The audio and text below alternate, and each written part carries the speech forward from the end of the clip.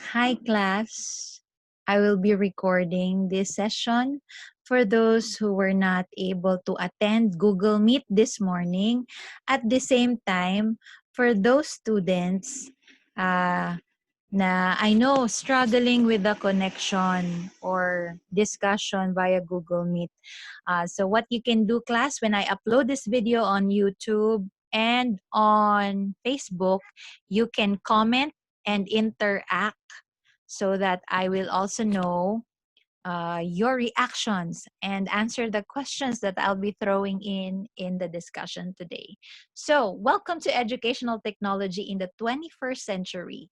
Last meeting, I gave you the significance of taking up this course. And in this discussion today, I will be giving you not just the importance, but how will you apply it now in your situation. Okay, I also gave you an assignment wherein you will interview some elementary students and ask them about their struggle in studying. Kung may nag-aaral na at mag-aaral pa lang. So sabi nila, kailangan talaga nila may teacher. Yun yung mga naririnig ko. Sabi naman ng iba, may advantage. Okay? May tulong din naman yung ganitong setup. May naidulot din na maganda sa kanila. But still, this is something new to us, so we are all adjusting. Now, before we go to the important role or application of educational technology in teaching and learning, balikan muna natin. Let's have quick grasp of the teaching and learning process. Okay, so here are some topics that we'll be discussing. Here are the main topics that we will be discussing in this session. First is, I want you to understand the different learning styles and processes or learning process. Next is understand the teaching process. So, class, again, learning is a process, teaching is a process. So, huwag kayong mag-alala kung feeling nyo wala kayong natutunan. Marahil hindi pa, pero merong wisdom in this new setup. You are being taught of a new style of learning that we must adapt to, or else hindi tayo makaka-move on with our present situation. Okay, next is understanding factors affecting teaching and learning. What are those that affects your learning sa panahon ngayon? Baka may kailangan kang iwasan, gawin, at baguhin sa position mo kung nasan ka man ngayon for you to still effectively learn. Ibig sabihin ng effective learning is you're not just attending this class, you're not just listening to the video, but you're actually gaining something from the discussion or from what the teacher is discussing.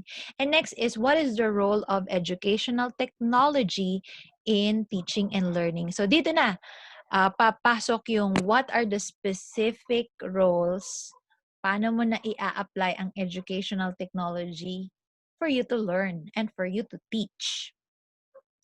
Okay, so can you read with me? Ito po ang naririnig ko commonly sa mga students ngayon.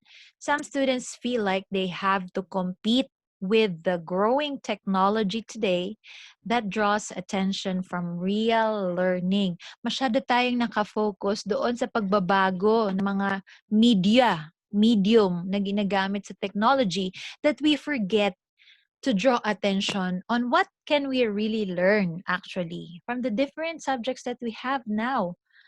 I'm sure if we will just adjust, cope up well, and by the grace of God, tayo po ay magkakaroon ng effective learning as we learn how to what?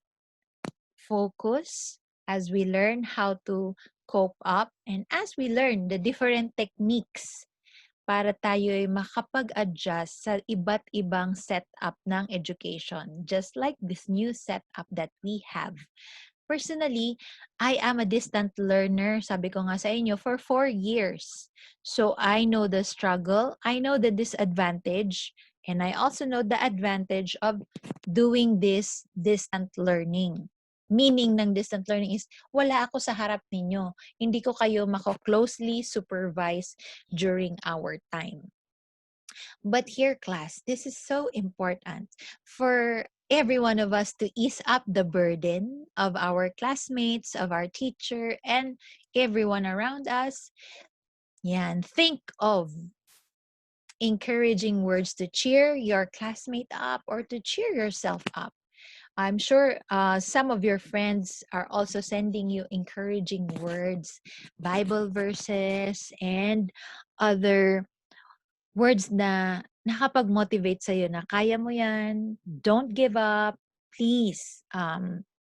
Konting ano na lang, yan. These are just challenges. Lilipas din ito.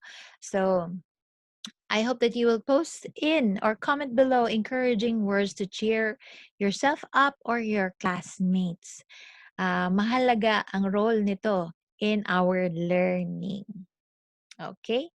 Just like when you watch a video on YouTube, di ba may mapapanood ka mga songs na bago. Titignan mo how many views, ilan yung number of likes, number of dislikes, at saka yung mga sinasabi ng mga nagko-comment. Di ba tinitignan natin yon? Pag may nabasa tayong pangit, minsan napapa-agree tayo, tapos pag tinignan mo ulit yung video, medyo iba na yung pagtingin mo sa video.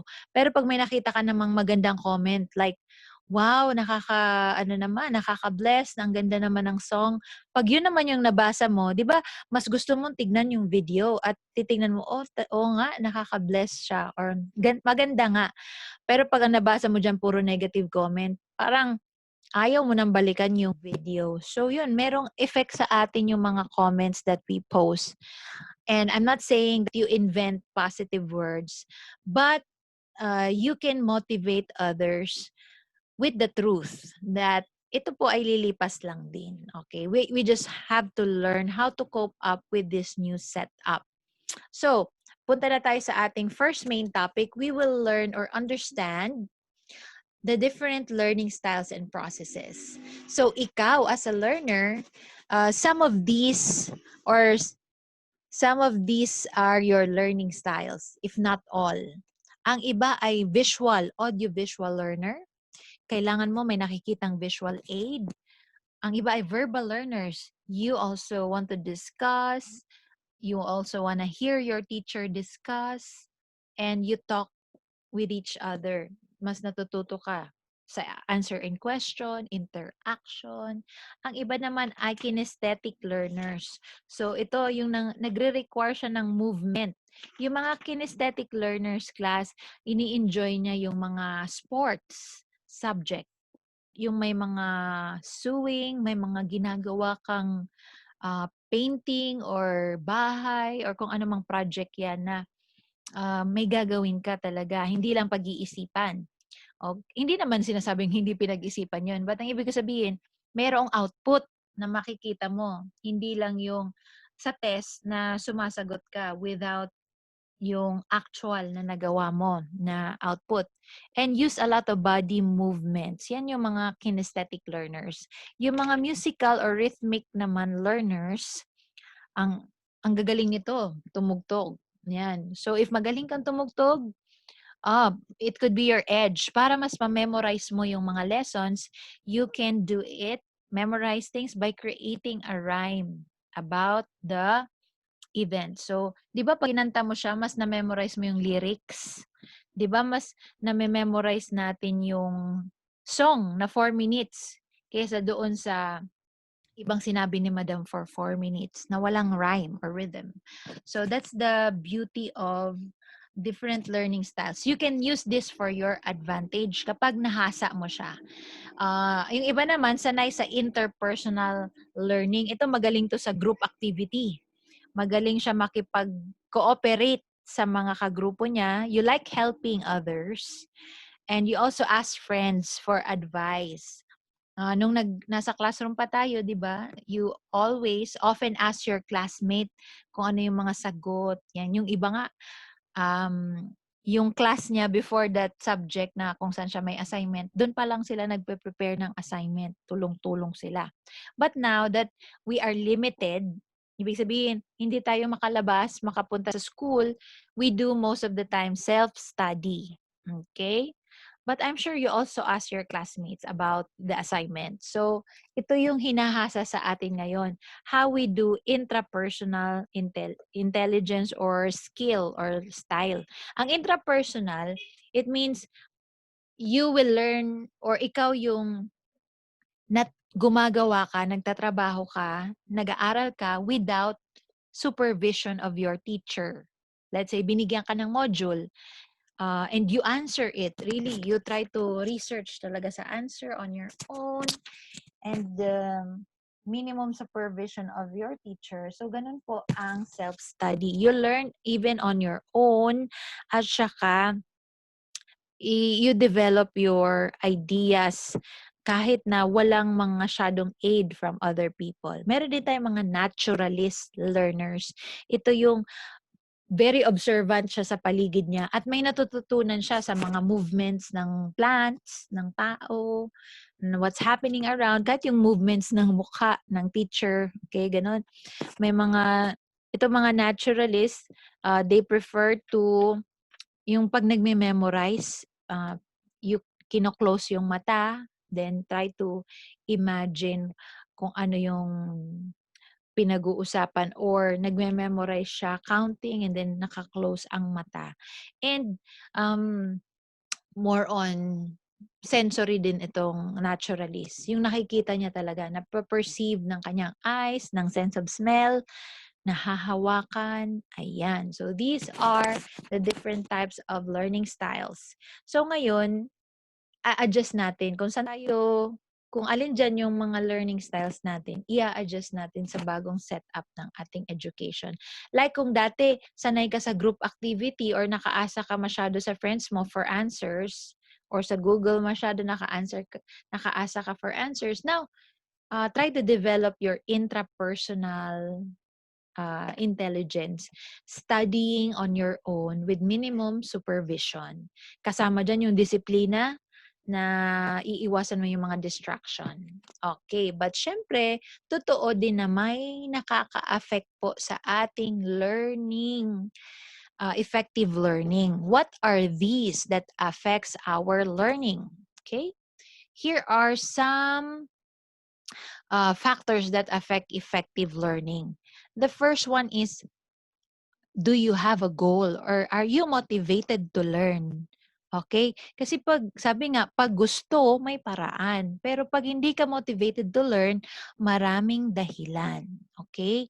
But I see that most of you or all of you who are watching, listening, reacting, sending your homeworks, kahit na mahirap, you are so motivated to learn. So keep it up.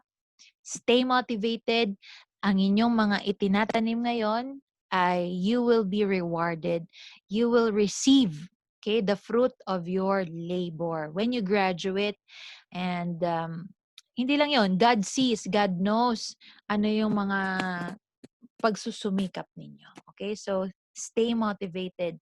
That affects your ability, your effectiveness to in learning. The effectivity or kung paano ka matututo at how you will absorb the lessons. Kailangan mayroon kang yung emotion mo kasi part yan ng motivation eh. Kung stress ka, feeling down ka, hindi mo maa-absorb yung lesson. Okay? Pero believe ako dun sa may mga problem pero andito pa din at nagpapatuloy pa din. So it means you still have the motivation. Okay, next is environment. That's why bumuo nga ng classroom, para ito talaga maging designed siya for learning. So nasanay tayo na sa classroom tayo mag-aaral. Meron ding mga field trips. Ayan, gustong-gusto yan ng mga naturalist. Pero yung nag-aaral ka sa bahay, hindi tayo sanay lahat dyan sa homeschooling. Kasi we prefer interaction. We prefer mga oral people. Oral ang culture daw nating mga Filipino. Mas natututo tayo habang nakikipag-usap sa teacher, sa classmate. Nalimitahan yung ganong interaction ngayon. So, nag-adjust tayo sa bahay. Okay? So, that may affect effective learning, pero magagawa ng paraan. Okay?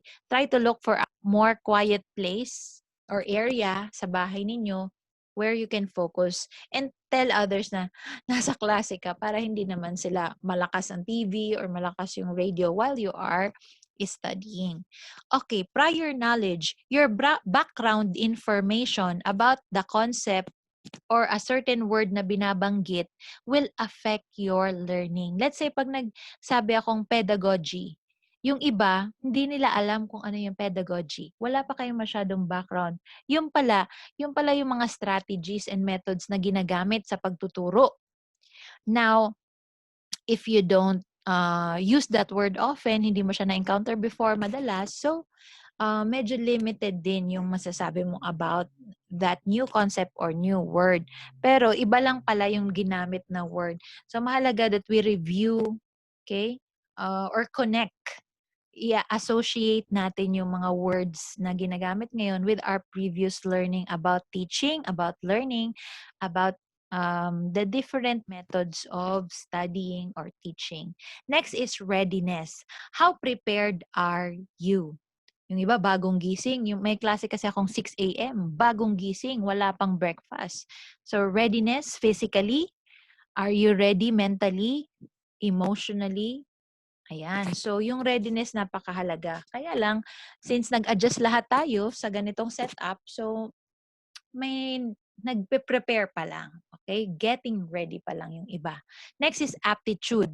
This refers to the capacity to learn. Hindi lahat ay fast learner. Hindi lahat tayo pare-pareho ng pacing. Okay? May slow learner, may fast learner.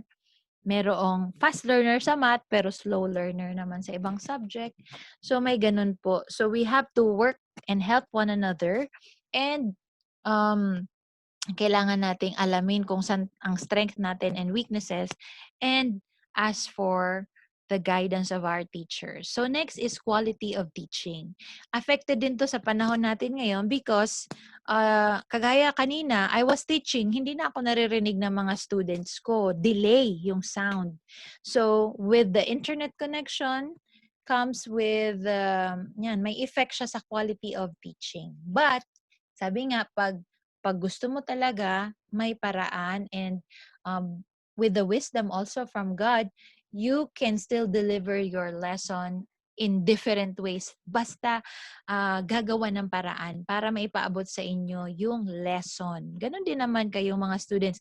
Ginagawa nyo lahat ng paraan, makapag-pass lang kayo sa inyong mga teachers. Okay, so congratulations sa inyong mga efforts. Okay, so kanina, I asked some students to share their experiences in learning before and now. And also their experiences in teaching kids. Yung iba kasi dito ay, most of you are elementary education, yung inyong kinuha. Meron din akong tinuturoan from physical education. So, ano ba yung pagkakaiba nung nag-aaral ka sa loob ng classroom, aside from the building, to your learning experience now? Okay, so last time I asked you to describe your learning experience through a song. Most of you have posted positive naman ng mga messages of the song, like pagsubok lamang yan, fight song, ano pa. Yung iba naman ay mga songs of struggles. So yan. Kahit noon, meron din tayong struggle in learning, 'di ba? Limited din yung ating mga materials. Pero ang pagkakaiba nun is we have each other's back, talagang nandun present yung mga classmates and friends mo.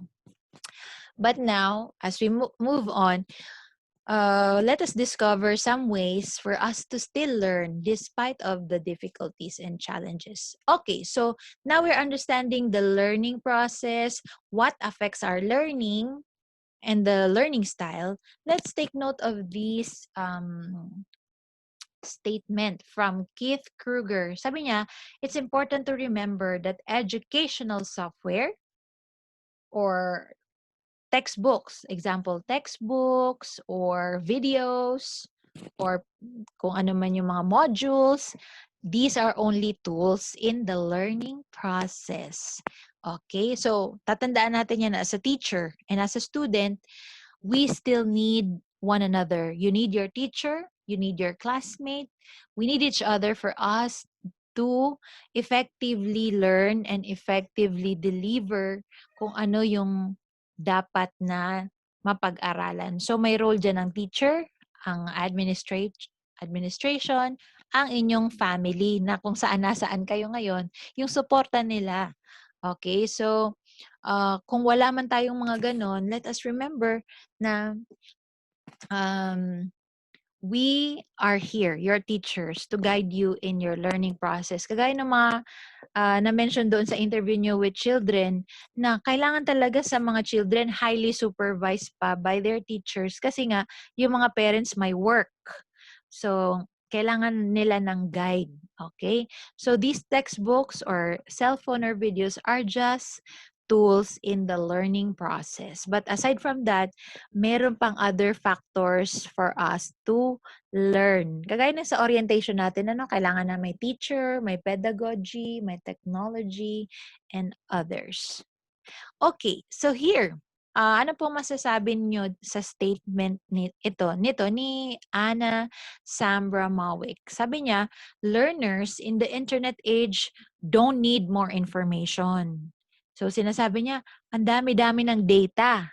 Pag nag-click ka halimbawa ng word na, when you click or type the words educational technology sa Google search, and you click search, daming lalabas dyan. Madaming information ang lalabas. Pero, matututunan mo ba ngayon kung anong educational technology by just doing that? Pwede. Pero, here's what you need to do. You need to know how to use that information na nabasa mo sa internet. Hindi lang use for the report, pero paano ka mabe-benefit nung nalaman mo yung mga information na yon about educational technology. Next is you have to know if it's credible or true. Yung bang na-research mo, napuntahan mong website, totoo ba yung sinasabi niya about educational technology or opinion lamang yun? It's not based from the truth or the generally accepted truth na pinag-aralan at based from the experts. Okay. The third is, yung bang ni-research mo, pinag-aralan mo, ni-report mo, relevant ba yun? Magiging kagamit-gamit ba yun sa'yo at sa mga classmates mo? Okay? So, educational technology will be useful to you now as a learner and in the future when you become a teacher and when you help your classmates and your family members na nag-aaral din. So, yun na, alamin mo, is it true? Is it relevant? Useful ba yung nakuha kong information? Paano ko ba pipiliin dito yung information? So, that's part of our discussion in chapter 1. Okay? Now, let's move on to understanding the teaching process. Kung ang learning is a process, teaching is also a process. I'm sure some of you ay gumagawa na kayo ngayon ng lesson plan. Ayan. So ngayon naintindihan nyo na ang pagtuturo pala, hindi lang tatayo dyan si madam at magbubukas ng laptop niya at ipapakita sa amin yung information. Meron palang plan. Gagawa ka pala ng plano sa iyong pagtuturo. Ano yung pagpaplanuhan mo? It's not just about you when you're planning. Pag nagpaplano ka, iisipin mo yung mga audience mo, yung makikinig sa'yo. Ito bang ituturo ko will benefit them? Will this address the needs of my learners? Okay. Baka ang haba na ng introduction mo, tapos yung lesson mo 5 minutes na lang. Kaya may lesson plan. Ipaplano mo dun, I will do introduction for 5 minutes, 10 minutes sa lesson, at saka may 10 minutes na activities for me to assess kung meron silang natutunan. Okay? Yung assessment, di ba, natutunan yun sa, may subject din kayong about assessment. May pre-assessment, may in-between or hindi pa tapos yung lesson, merong pwede kang mag-assess or may gawin kang activity and pwede ding post. Okay. So, may revision. Why may revision? Because as you develop your lesson, pwede pa siyang ma-improve. Pwede pa siyang i-modify sa iba't ibang needs ng iyong mga estudyante. And syempre, yung implementation. Kasama na dito yung how you will implement the lesson in your class and how your students will implement or show you that they have learned something. Kasama yan sa assessment and implementation. Okay? So, hindi po hindi ka lang talaga magre-research sa internet. Itong i-report ko. 'Di ba, class?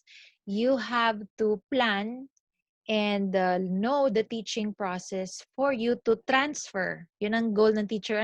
Train, i-transfer mo yung nalalaman mo sa iyong mga estudyante para meron silang meron silang babaunin, meron silang makukuha na makaka-benefit sa kanilang buhay from what you are teaching them. Okay? So here are some steps to make learning process easy for students. The teachers can do this, and the students as well can help themselves in order for their learning process to be develop or mas mapadali ang iyong pagkatuto. Okay? And what are the things that you need to do? Number 1, follow different teaching instructions. Okay? So, pag sinabing following different teaching instructions, lahat ng mga teachers, pag nagbigay ng module or activity, dapat may instruction. Dapat clear sa'yo yung instruction and you follow that instruction. Next is, you can make use of concept map, pictures, videos in order to aid your learning. Pwede ka rin gumamit ng mnemonics. Ito yung memory enhancing technique. Like acrostics. Alam nyo, class, yung acrostics. Yung acrostics ay, let's say, you want to know about, you want to memorize the different notes. Okay? Yung mga do, re, mi, fa, sol, la, ti, do. Di ba yung may mga song pa dyan. At saka gusto mo ma-memorize yung color ng rainbow, yung Roy, G, Biv. Di ba? Roy, G, at saka Biv. Memorize mo na yung colors of the rainbow. Red, orange, yellow, G, yung green, B, so blue, yan. Indigo, and violet. So, yan ang example ng memory enhancing technique. And pang-apat, napakahalaga ng motivation, encouragement. Yan. You remember your goal why you are studying. Okay. Now, na-discuss natin short lang, okay, overview of the teaching process. Now, tingnan naman natin yung learning process according naman sa Kolb's experiential learning theory. By the way, class, marami pong learning theories. But these are usually is what's involved in the learning of a student. Okay.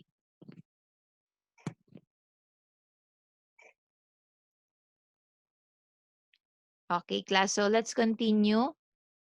So,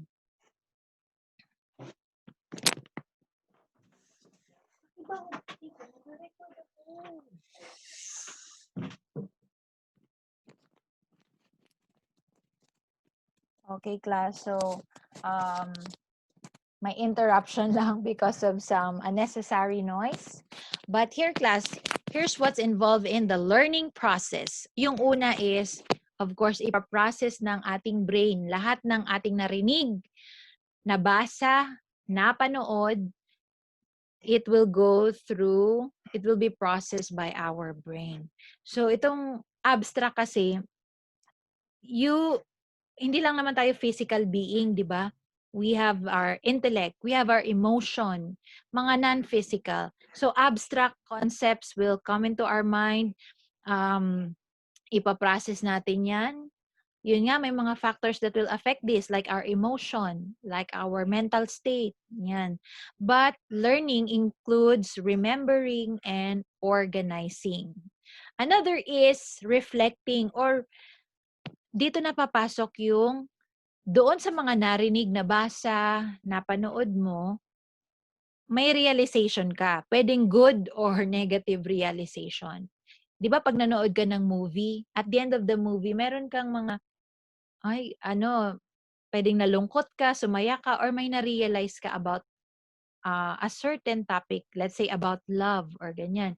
So, ganun din when you're studying, whether nanood ka ng video, nagbasa ka ng module, nakinig ka kay madam, may marirealize ka. Dapat ganun lang learning process daw. You have to reflect on what you heard. Totoo ba yung sinabi ni ma'am? Or, meron pang related concept doon. So, ganun po ang learning process. Then next is applying what you have learned. Sa mga nabanggit natin, let's say learning styles.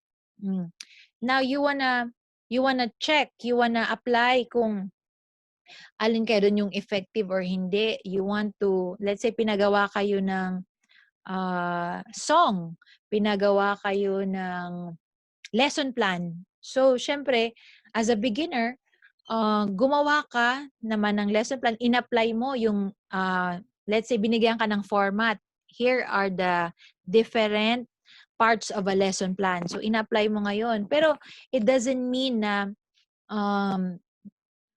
expert ka na agad. Kaya active experimentation kasi um, may mga mistakes kang makocommit, may sa tingin mo hindi ka masyado sure doon sa inyong mga sagot. So, merong active experimentation or you are trying until you reach yung experiencing. Ibig sabihin, itong applying and experiencing, it has something to do with how you have absorbed the lesson na kaya mo na siyang gawin. Okay? Kaya mo na siyang isulat, i-transfer yung natutunan mo to the task na ginagawa mo. Not just from your teacher, but from your previous knowledge about the topic and from other references. So, napaka ano din ng learning process. But isa lamang ito sa learn theory na malalaman natin. Okay, here we have a conversation between two students. Sabi niya, I am more of a doer. Anong learning style yung more of a doer? Natatandaan niyo ba? Yan, yung mga bodily or kinesthetic learners. Sabi niya, I like to try things out or see how they work. My friend likes to read about it and work it out in her head. Sabi niya, yung iba, gusto, pinag-iisipan mo na-analyze mo na yung mga bagay before doing it. Sabi niya, I guess that we have different approaches to learning. Okay, sabi naman ng reply, right. What's really cool is that I understood more about what my physics professor was describing when I rode on my skateboard after class. So sabi nitong isang estudyante, pareho sila doer type of learner. Mas na-appreciate niya daw yung lesson. Pero ano din siya, verbal or audiovisual learner kasi pinakinggan niya muna kung ano yung description ng teacher. Pero nung sumakay na siya sa skateboard, mas naintindihan niya. Let's say yung lesson about acceleration, ano pa, yung velocity, and so on and so forth. Sabi niya, I guess that means that I am using what I know and applying the theories I'm learning. Ganon din po in our class. I will not just be teaching you, but soon you will be making your own teaching material, applying educational technology. So, ganun po ang inyong gagawin. You will apply what you have, the theories that you have learned in this course. Kagaya ko po, class, nag-aral ako mag-drive. So, my teacher, tinuruan niya ako for 1 or 2 days. Ayan, para matuto akong mag-drive. But, mas na-enhance na lang yung aking driving skills nung nagda-drive na ako everyday. Okay? So, kung nag-drive agad ako without, someone educating me, baka ang dami ko pang na-commit na mistake or accident. Marami pa ako na-encounter na accident. So, may advantage din po yung listening, understanding before doing. Okay? even though iba-iba nga ang ating learning styles. So here, sabi pa sa isang conversation, so we can either try something out, think about it, talk about it, or try it again in a new way.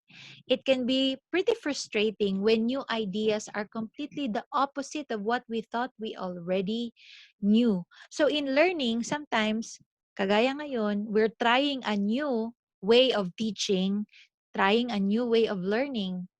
And may mga natututunan tayo na hindi lamang pala classroom setting ka pwede may matutunan. So that could be opposite from what we know and what we usually do.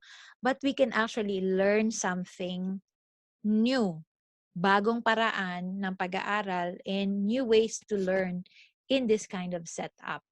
Sometimes it can feel like we are turning our brains inside out in order to make sense of new information. Kaya nga class, learning is a process. Hindi ibig sabihin na banggit ko to sa inyo, alam nyo na agad yun. Hindi naman po ganun. Okay? It requires, time and effort ng learner and yung capacity din natin. So, wag nyo po din i-pressure ang sarili niyo na dapat master nyo na agad yung isang bagay. Okay? Iba-iba po tayo ng capacity. That's why your teacher is here to guide you and to help you with your learning journey. Okay? But the learning process involves more than processing information, right? What is your answer? Yes, it's more than processing information. It's more than listening to what your teacher is saying, recording what your teacher showed on the screen. May mga other factors nga po involved in the learning process. And motivation is very important. Kaya nga meron tayong tinatawag na motivation. Part yan ng lesson plan, di ba? Yung mag-aaral, ano kayang gagamitin kong activity, game, or sasabihin ko to motivate the interest of to motivate my students. Yan, maging interesado sila sa lesson. Okay? So, there are different ways to motivate one student. Pero isa doon is yung we communicate. Okay? We tell them what they need to learn and yung activity natin related doon sa dapat nilang matutunan. Okay? Let us consider that. And yun din nga, there's the whole idea of learning about how we learn and what stops us from learning. Mahalaga alam natin ano yung nakaka-apekto nga para sa pag-aaral natin, nakaka-distract sa atin, nakaka-hinder sa atin. And more resources to come on this. Okay, so there are many ways for us to learn in this new setup. Kaya alamin natin yung role ng technology in teaching and learning. But before we know the role or application of EdTech in learning and teaching, let us first define what is educational technology. Anong-ano ba ang relationship niya sa instructional technology, technology integration, educational media? Are these all related? Ayan, sasagutin natin yan. Okay, so by the end of this session, you have to define educational technology, classify it, and of course, give importance to educational technology by knowing how to apply it in your study and in your sa pag-aaral nyo ngayon. Okay? So, sinamarize ko na lang class for the purpose of this discussion because I will still give you a reading materials. I will give you reading materials for the detailed description of educational technology. Okay, basahin nyo nga class these 6 definitions of educational technology. So, anong mapapansin nyo, class? Baka nag-iisip kayo dati, educational technology is all about laptop, PC, gadget, software, application. Okay, so for those who are watching, Ito po ang operational definition of educational technology. Kung manonotice nyo, hindi lang po siya re-refer to laptops, gadgets, and equipment use or projectors use in teaching. But it's a combination of what? Material and non-material technology. When we say non-material technology, these are the non-physical outputs of technology or non-physical outputs or non-material nga po types of technology. Kasi po, ang technology means the application of knowledge. So, itong application of knowledge can be reflected kung ano yung mga nakasulat sa libro, mga teaching and learning principles that were developed over the years based from observation. Kasama din sa educational technology yung process ng teaching. Okay? Yung process mo ng pagpaplano ng lesson. Kasama din dyan yung kabuuan ng instructional design ng isang school, ng isang classroom, ng isang subject. Kasama din po dyan yung application ng mga theories of teaching and learning. Kaya pag-aaralan din natin yung paano natin i-apply itong teaching and learning, paano siya magmamanifest. Anong activity, anong media ang gagamitin mo in teaching na may matututunan yung mga estudyante mo gamit ang cellphone, gamit ang video, gamit ang module. So, i-apply natin yung theories of teaching and learning. And educational technology itself is a field study and a profession. Okay? So, it's part of us being a teacher. Kumbaga, nakaano na yan sa atin. Part na yan ng ating work, ng ating profession. And you, as a professional learner, that is part of your practical practice teaching, of your learning as well. So, lahat po ng inventions na ginagamit sa pagtuturo at pag-aaral is considered part of this term, educational technology. As I mentioned earlier, ang paggamit ng textbook, ng papel, ng ballpen at lapis, hindi ibig sabihin hindi ka na high-tech ay hindi ka na gumagamit ng technology. Because lahat yan, mag-paper man yan, mag-libro, mag-laptop, mag-PC, all the information that relates to the teaching and learning, it can be part of the material technology. Ngayon, yung nilalaman, yung basihan mo kung bakit yan yung instruction or activity mo, yan yung assessment mo, yan yung way mo ng pag-deliver ng lesson mo, nakabase naman yan sa mga different theories and principles of learnings at iba't ibang methods or strategies na ginagamit ng teacher. Let's say, iba ang method of teaching kung isa lang ang tinuturuan ko. Iba din yung method of teaching kung 10 lang. Kung 40 na kayo, so iba rin yung method of teaching. At kung nasa classroom tayo, pwedeng ibang activity, ibang technology ang gamitin natin. Pero ngayon na nasa ganitong setup tayo, ibang technology yung ginagamit natin. Of course, there are advantages and disadvantages, may limitations and advantages as well. Okay, so pag-aaralan natin yan sa mga next chapters in our discussion. So for now, iiwan ko ito sa inyo. Now that we understand that teaching and learning is a process, may mga factors that affect the teaching and learning, meron ding iba-ibang learning style. Now, paano mo gagamitin yung educational technology, which refers to the combination of your phone, the video, the materials, the content that your teacher is sending you, pati yung way ng pagtuturo at pag-aaral mo. How can educational technology benefit you? Okay, so one application of educational technology is to arouse and sustain interest. Okay. Kung ikaw ay isang visual learner at yung teacher mo ay isang verbal yung nag-oral lang siya, nagturo siya by just telling you what you need to learn. Kung visual learner ka, you want to stay motivated, ang gagawin mo ay ino-note or ire-record mo yung sinasabi ng teacher mo, and at the same time, gagawa ka ng mga drawing or patterns that will help you remember your lesson.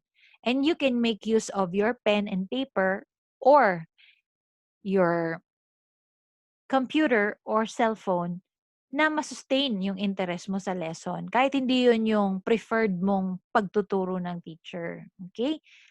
Because the purpose is for you to stay motivated to learn. Next is concretize concepts and ideas to promote meaningful learning. Okay, sabi ko nga kanina, part ng thinking, mga abstract concept.